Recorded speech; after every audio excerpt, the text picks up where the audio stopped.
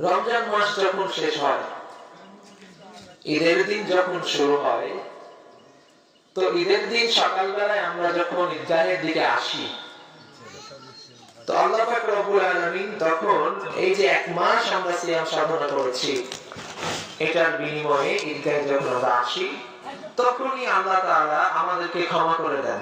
সুবহানাল্লাহ।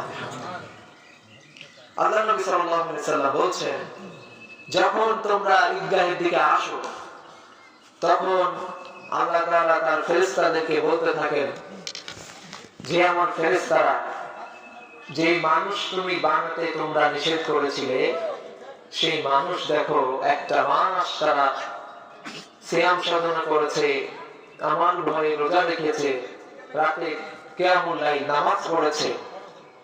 আজকে তোমরা বলো যে তাদের প্রাপ্যটা কি করা উচিত। ফেরেশতারা বলবে, ইয়া আল্লাহ, যদি তাদের উপরে অর্পিত কাজ তারা যথাযথভাবে পালন করে, তবে তাদের প্রাপ্য তাদেরকে যথাযথ বুঝিয়ে দেওয়াটাই উত্তম। তো আল্লাহ তাআলা তখন কি বলবেন? বলবেন, হে আমার ফেরেশতারা, তোমরা সাক্ষী থাকো, আমার বান্দাদেরকে আজকে এই রাস্তায় যাওয়ার পথে ঈদগাহে উপস্থিত হলে আমি আল্লাহ আমার বান্দাদেরকে ক্ষমার ঘোষণা করে দিলাম। সুবহানাল্লাহ।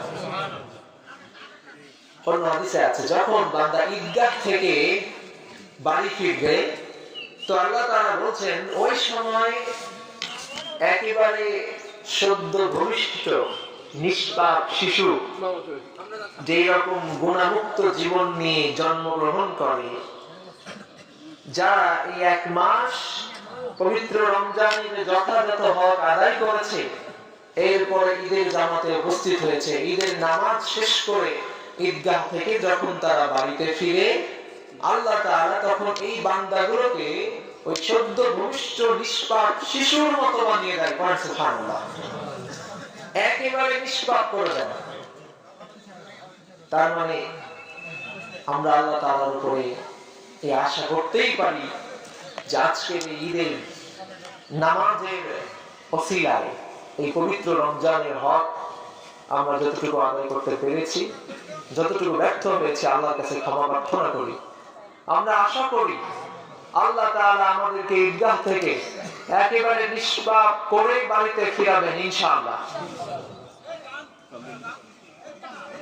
এখন নিষ্পাপ তো হলেন, গুনাহ তো শেষ, এখন থেকে আবার নতুন করে নতুন উদ্যমে গুনাহ শুরু করতে হবে, নাকি বলেন? ইনশাআল্লাহ। আচ্ছা, আল্লাহ তাআলা বলছেন, দেখেন কি সুন্দর করে আল্লাহ তাআলা উদাহরণ দিয়েছে সূরা নাহলের 92 নম্বর আয়াত। রব্বুল আলামিন বলছেন, ওয়ালা তাকুনু কাল্লাতী নাকাদাত গাজলাহা মিন বা'দি কুওয়াতিন আনকাসা। রব্বুল আলামিন ইরশাদ করছেন, তোমরা সেই নারীর মতো হও না, যেই নারী সুতা পাকিয়ে পাকিয়ে সুন্দর একটা জিনিস তৈরি করলো, এরপরে যখন জিনিসটা সম্পূর্ণ হয়ে গেল, তখন ওই তৈরি করা জিনিসটাকে সে আবার নিজের হাতে খুলে দিল। একটু বুঝে না বলি, এই যে আমরা ঈদের নামাজের জন্য প্যান্ডেলটা সাজিয়েছি কত সুন্দর করে, তাই না? এখন এই সব কিছু তৈরি হয়ে যাওয়ার পরে যিনি এটাকে বানিয়েছেন, যে মিস্ত্রি কাজ করে এত সুন্দর ডেকোরেশন করেছেন, তিনি আবার এখানে নামাজ শুরু হওয়ার আগেই, নামাজ হওয়ার আগেই প্যান্ডেল খুলে ফেলে দিল। তাহলে এই প্যান্ডেল করাই আমাদের কি কোনো ফায়দা হলো? শুধু বানানো হলো আর খোলাই হলো। আল্লাহ তাআলা উদাহরণ দিচ্ছেন যে ওই রকম হয়ে যেও না। অর্থাৎ এই রমজান মাস ব্যাপী আপনি আপনার ভিতরে যে তাকওয়া অর্জন করেছেন, আল্লাহর ভয় অর্জন করেছেন, আপনার কলবে, আপনার হৃদয় আল্লাহর যে দুর্গ আপনি স্থাপন করেছেন, নির্মাণ করেছেন, সেই দুর্গ নির্মাণ করে রমজান শেষ হয়ে যাওয়ার পরে 11 মাস আপনি আল্লাহর এই ভয় অন্তরে ধারণ করে আপনি চলবেন, তবেই এই রমজানটা আপনার জন্য সফল হবে। আর যদি আপনি সেটা করতে না পারেন, তো তাহলে এই রমজান মাস আপনাকে যে দেওয়া হয়েছিল, এই রমজান মাসের যে উদ্দেশ্য ছিল আল্লাহর ভয় অর্জন করা, এটা যদি আপনি অর্জন করতে না পারেন, আর শাওয়ালের চাঁদ ওঠার পর থেকেই যদি আপনি আবার গুনাহ শুরু করেন, তো ওই নারীর মতো হবে যেই নারী সুতা পাকিয়ে কিছু একটা বানালো তারপরে আবার নিজের হাতে খুলে ফেললো। অর্থাৎ আমাদের এই মিস্ত্রির মতো যিনি সুন্দর প্যান্ডেল সাজালো, নামাজ হওয়ার পূর্বেই প্যান্ডেল খুলে ফেলে দিল।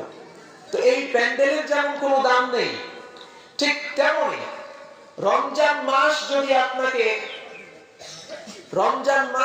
আপনাকে পবিত্র করতে, পরিশুদ্ধ করতে না পারে, রমজান মাস যদি আপনাকে পরিবর্তন করতে না পারে, রমজান মাস শেষ হয়ে যাওয়ার পরে আপনি যদি নিজেকে আল্লাহর পথে ফিরিয়ে আনতে না পারেন, তবে এই রমজান মাস আপনার কোনো ফায়দাই দিবে না।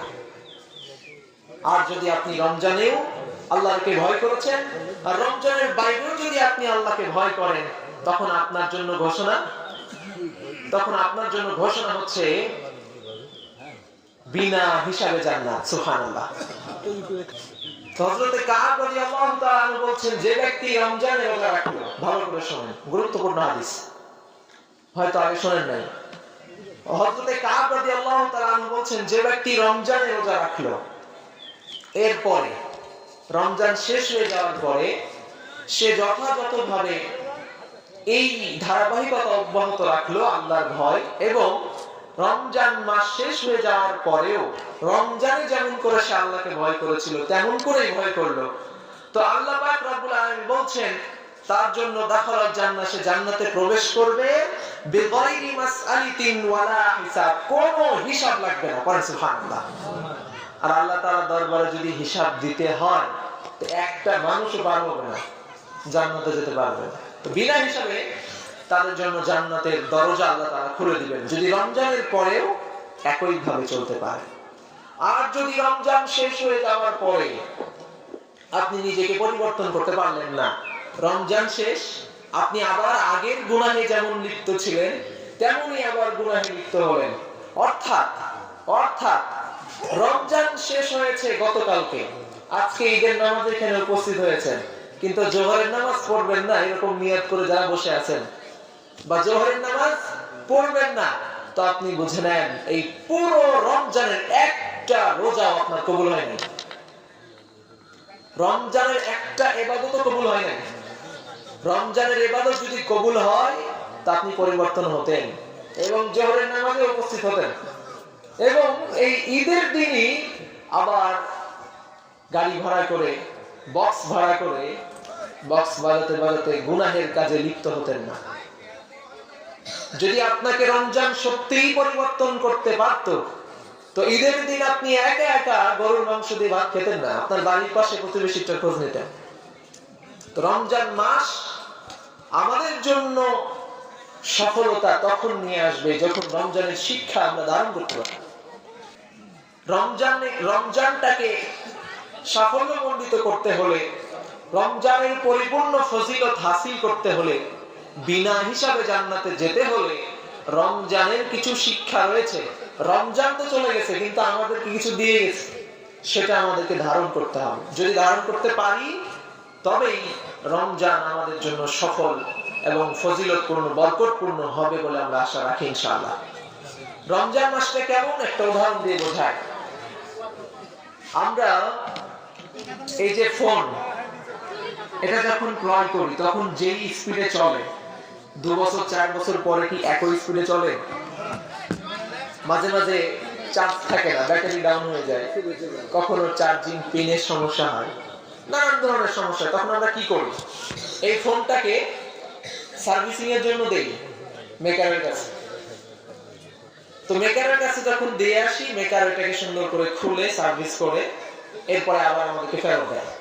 তো মেকারের কাছ থেকে নিয়ে আসার পর আবার কিছুদিন চলে, ভালো মতো চলে।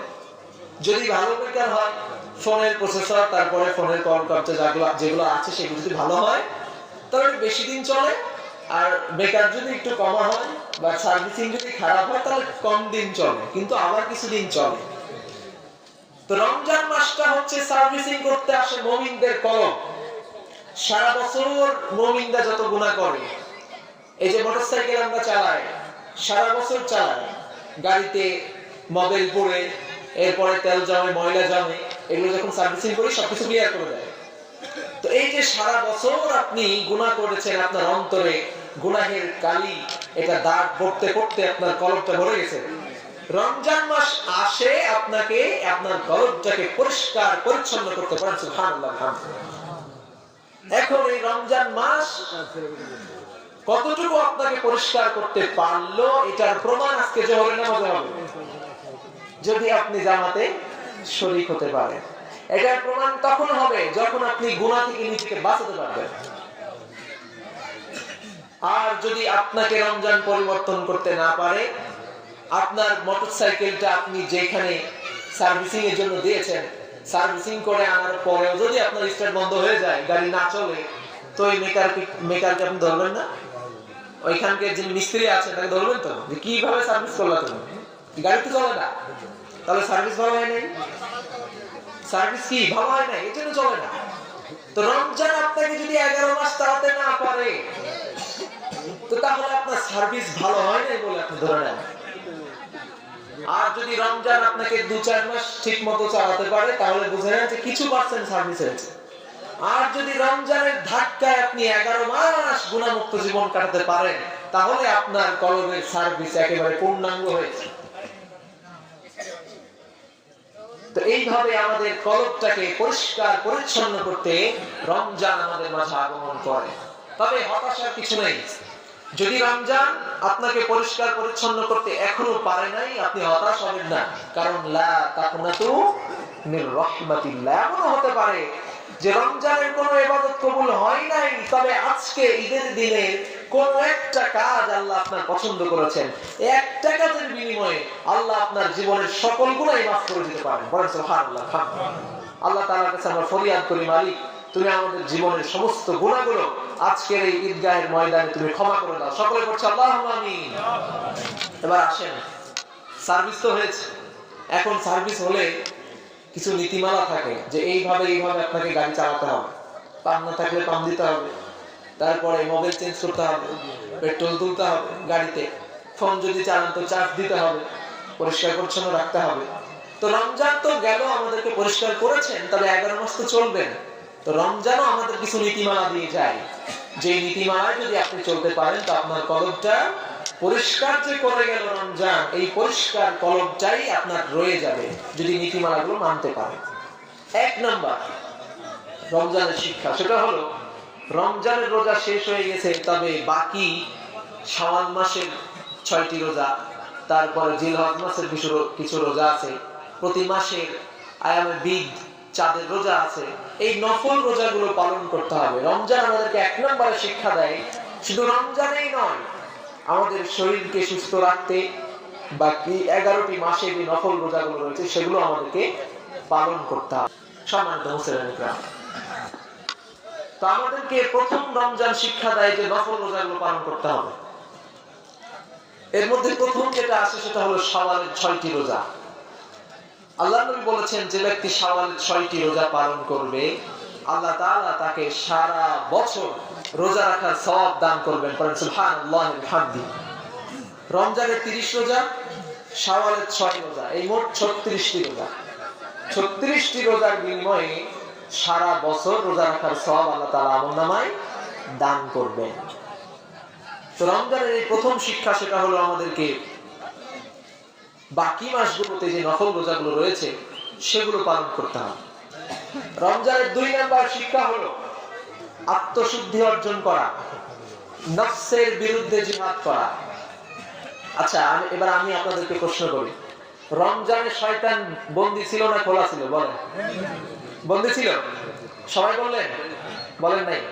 সবাই খাওয়া দাওয়া করে এসছেন না? বলেন, সবাই বলেন। রমজানে শয়তান বন্দী না খোলা? বন্দী ছিল। রমজানে কি মানুষ গুনাহ করেছে? এবার তো 2টা দল হয়ে গেল। রমজানে কি মানুষ গুনাহ করেছে? আচ্ছা, করে নাই এরকম পক্ষে কেউ আছেন কি? দেই হাত দেখান। করে নাই কেউ? রমজানে কেউ গুনাহ করে নাই, এটা আপনাদের মনে হয়? আচ্ছা, যদি তাই হয় তো অনেক মানুষ রোজাও করে নাই। তো তো ওরা মনে হয় রোজা না করে খুব সওয়াবের কাজই করেছে নাকি বলেন? আচ্ছা, এবার প্রথম প্রশ্নের উত্তর কি বলেছেন? শয়তান কি ছিল? বন্দী ছিল। দ্বিতীয় প্রশ্নের উত্তর কি? এরপরেও গুনাহ হয়েছে, তাই তো? তো শয়তান বন্দী থাকার পরে কোন শয়তান আমাদেরকে আবার গুনাহ করায়? এটা হচ্ছে মেইন প্রশ্ন। এটা হচ্ছে আমাদের নফস। আমাদের নফসের তিনটা প্রকার আছে, নফসে আমারা, নফসে সাইয়ারা, নফসে মুতমাইন্না। এই নফসে আমারা যেটা, এটা আমাদেরকে শুধু গুনাহের দিকে নিয়ে যায়। তাই রমজানে শয়তান বন্দী থাকলেও আমাদের অন্তরের যে অবস্থা নফসে আমারা যেটা, সেটা আমাদেরকে বারবার গুনাহের দিকে নিয়ে যায়। কিন্তু রমজান আমাদেরকে শিক্ষা দেয় নফসের বিরুদ্ধে অবস্থান করাই হচ্ছে সবচেয়ে বড় জিহাদ। কারণ রমজান মাসে রোজা রেখে তৃষ্ণায় ছাতি ফেটে যায়, এই রমজান তো সহজেই গেল। কিন্তু যখন জুন জুলাই মাসে রমজান হয় তখন কি অবস্থা হয়? দুপুর বেলা এই যে পিপাসার্ত অবস্থায় আপনি পানি নেন, কুলি করেন গোসলের সময়, ওযুর সময়, তো ওই সময়ে আপনি পানি পান করতে মন চায়, শয়তান কিন্তু নাই ওই সময়, আপনার মন চায় পানি পান করে, কিন্তু ওই সময় পানি পান করেন না। কার ভয়ে? জোরে বলেন। সেই ভয়টা রমজানের বাইরেও জারি রাখতে হবে। যদি রাখতে পারেন, রব্বুল আলামিন তাহলে পুরস্কার ঘোষণা করেছেন। সূরা নাজিয়াতের 40 নম্বর আয়াতে রব্বুল আলামিন বলছেন, ওয়া আম্মা মান খাফা মাকামা রাব্বিহি ওয়া নাহান নাফসা আনিল হাওয়া ফাইন্নাল জান্নাতা হিয়াল মাওয়া। আল্লাহু আকবার। রব্বুল আলামিন বলছেন, যে ব্যক্তি রবের সামনে দাঁড়ানোর ভয়ে নিজের নফসের বিরুদ্ধে অবস্থান করবে, গুনাহমুক্ত জীবন যাপন করবে, মনের বিরুদ্ধে চলতে পারবে, আল্লাহ বলছেন তাদের স্থায়ী ঠিকানা হিসাবে আমি জান্নাতকে ঘোষণা করে দিলাম। সুবহানাল্লাহ। তো রমজানের 2 নম্বর শিক্ষা হলো নফসের বিরুদ্ধে অবস্থান করা।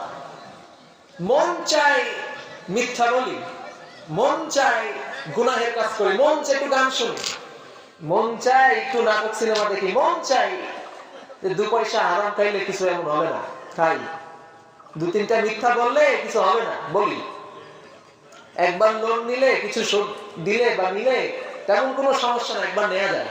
তো এই যে মন চাই, এই মনের বিরুদ্ধে অবস্থান করার শিক্ষাই রমজান আমাদেরকে দিয়ে যায়। কাজেই এই 11 মাস এই শিক্ষা কাজে লাগাতে হবে। মন চাইলেই সবকিছু করা যাবে না। আল্লাহ আমাদেরকে যে বিবেক দিয়েছেন, এই বিবেক খাটাতে হবে এবং মনের বিরুদ্ধে অবস্থান করতে হবে, গুনাহ থেকে বেঁচে থাকতে হবে। এটা হচ্ছে রমজানের 2 নম্বর শিক্ষা। রমজানের 3 নম্বর এবং মূল শিক্ষা হলো আল্লাহর ভয় অর্জন করা, লাআল্লাকুম তাত্তাকুন, যাতে তোমরা তাকওয়া অর্জন করতে পারো। আর এটাই হচ্ছে রমজানের মূল বেসিক শিক্ষা, যে আল্লাহর ভয় অর্জন করা। পৃথিবীতে একমাত্র একটা জিনিস আছে যেটা আপনার অন্তরে থাকলে পৃথিবীর কোনো গুনাহ আপনাকে ছুঁতে পারবে না ইনশাআল্লাহ। একটা জিনিস যদি আপনার কলবে থাকে, পৃথিবীর কোনো গুনাহ আপনাকে ছুঁতে পারবে না, আমি গ্যারান্টি ইনশাআল্লাহ। আর একটা জিনিস যদি আপনার অন্তরে না থাকে, তো সকল গুনাহ আপনি নির্বিঘ্নে করতে পারবেন। সেটা হচ্ছে আল্লাহর ভয়। সেটা কি? আল্লাহর ভয়। আর আল্লাহর ভয় যদি অন্তরে থাকে, যে আল্লাহ আমাকে দেখেন, আল্লাহ আমাকে শোনেন, আল্লাহ আমাকে বোঝেন, এই মুহূর্তে মৃত্যু হতে পারে, রবের সামনে দাঁড়াতে হতে পারে, এই চিন্তা ফিকির যদি আপনার অন্তরে থাকে, তো সকল গুনাহ থেকে একটা চিন্তা আপনাকে বাঁচিয়ে দিবে। তো এই চিন্তাটা যদি আপনার অন্তরে আপনি ভালোভাবে আনতে পারেন, তো বলবেন, হুজুর রমজানে তো শয়তান বন্দী ছিল বলে আল্লাহর ভয় অর্জন করেছিলাম, আল্লাহর ভয় খাই নাই, কিন্তু এখন তো শয়তান খোলা, এখন আমি মনে মনে চিন্তা করেছি যে আমি আল্লাহকে ভয় করব, কিন্তু শয়তান তো চায় না, সে তো আমাকে বারবার গুনাহের দিকে নিয়ে যেতে চায়। তো এখন শয়তান থেকে বাঁচার উপায়, এই আল্লাহর ভয় আপনাকে শয়তানের ধোঁকা থেকে বাঁচিয়ে দিবে। সুবহানাল্লাহ। তা আল্লাহর এই ভয় আপনি যদি অর্জন করতে পারেন, সূরা আরাফের 201 নম্বর আয়াতে আল্লাহ তাআলা বলছেন, ইন্নাল্লাযীনা তাকাউ ইযা মাসসাহুম তাইফুম মিনাশ শাইতানি তাযাক্কারু ফাইদাহুম মুবসিরুন। যে ব্যক্তি তাকওয়া অবলম্বন করে, আল্লাহর ভয় অর্জন করে, শয়তানের ধোঁকা তার কিছুই করতে পারে না। সুবহানাল্লাহ। অর্থাৎ শয়তান আপনাকে যতই গুনাহের দিকে নিয়ে যাক, যদি আপনার ভিতরে চিন্তা থাকে যে আল্লাহ আমাকে দেখেন, আল্লাহ আমাকে শোনেন, এই মুহূর্তে আমাকে রবের সামনে দাঁড়াতে হতে পারে, এই চিন্তা যদি আপনার ভিতরে থাকে, তো শয়তানের ধোঁকা আপনাকে গুনাহের দিকে নিয়ে যেতে পারবে না ইনশাআল্লাহ। আর যখন আপনি এইভাবে আল্লাহ তাআলাকে ভয় করছেন, তখন আল্লাহ তাআলা আপনার জন্য সূরা ইউনূসের 62, 63 এবং 64 নম্বর আয়াতে বলছেন যে তখন আপনি হয়ে যাবেন রবের বন্ধু। আলা ইন্না আউলিয়া আল্লাহি লা খাউফুন আলাইহিম ওয়া লা হুম ইয়াহজানুন। তখন আপনি যখন আল্লাহর বন্ধু হয়ে যাবেন, দুনিয়া আখিরাতে আপনার কোনো চিন্তা থাকবে না। আল্লাযীনা আমানু ওয়া কানু ইয়াত্তাকুন, যারা মুত্তাকি তারাই এমন লোক হবে। আল্লাহুমুল বুশরা ফিল হায়াতিদ দুনিয়া ওয়া ফিল আখিরাহ, দুনিয়ার কল্যাণ আখিরাতের কল্যাণ বিনা হিসাবে আল্লাহ তার বন্ধুদেরকে জান্নাতি হিসাবে ঘোষণা করে দেবে। সুবহানাল্লাহ। তাহলে রমজানের 3 নাম্বার শিক্ষা হলো আমাদেরকে ভয় করতে হবে কাকে? আল্লাহকে। কয়দিন? 30 দিন। 30 দিন না? 30 দিন মরার আগ পর্যন্ত। কতদিন? মরার আগ পর্যন্ত। সূরা হিজর 98 এবং 99 নম্বর আয়াত, ফাসাব্বিহ বিহামদি রাব্বিকা ওয়া কুম মিনাস সাজিদিন। তোমার রবের প্রশংসা করো, তার কাছে সাজদায় অবনত হও। কতদিন? যতদিন মৃত্যু না হয়ে যায়। কাজেই শেষ নিঃশ্বাস ত্যাগ হওয়ার পূর্ব পর্যন্ত এক আল্লাহর ভয় অন্তরে ধারণ করতে হবে। করবেন তো ইনশাআল্লাহ? ইনশাআল্লাহ। এবার আসেন রমজানের 4 নম্বর শিক্ষা, এটাই সর্বশেষ। রমজানের 4 নম্বর শিক্ষা হলো এই যে রমজানে আপনি অভুক্ত থেকেছেন, ক্ষুধার তাড়না কি, অভুক্ত থাকার যন্ত্রণাটা কি, এটা বুঝেছেন। রমজানে ইফতারি করিয়েছেন, এই যে রমজানে আপনি সওয়াবের আশায় ইফতারি করালেন, আপনি যেমন ক্ষুধার্ত থাকলে আপনার যেমন কষ্ট হয়, আপনার প্রতিবেশী, আপনার আত্মীয় স্বজন যারা রয়েছে তারা ক্ষুধার্ত থাকলে তাদেরও কষ্ট হয়। এই জিনিসটা আল্লাহ আপনাকে বুঝিয়েছেন। কাজেই রমজানের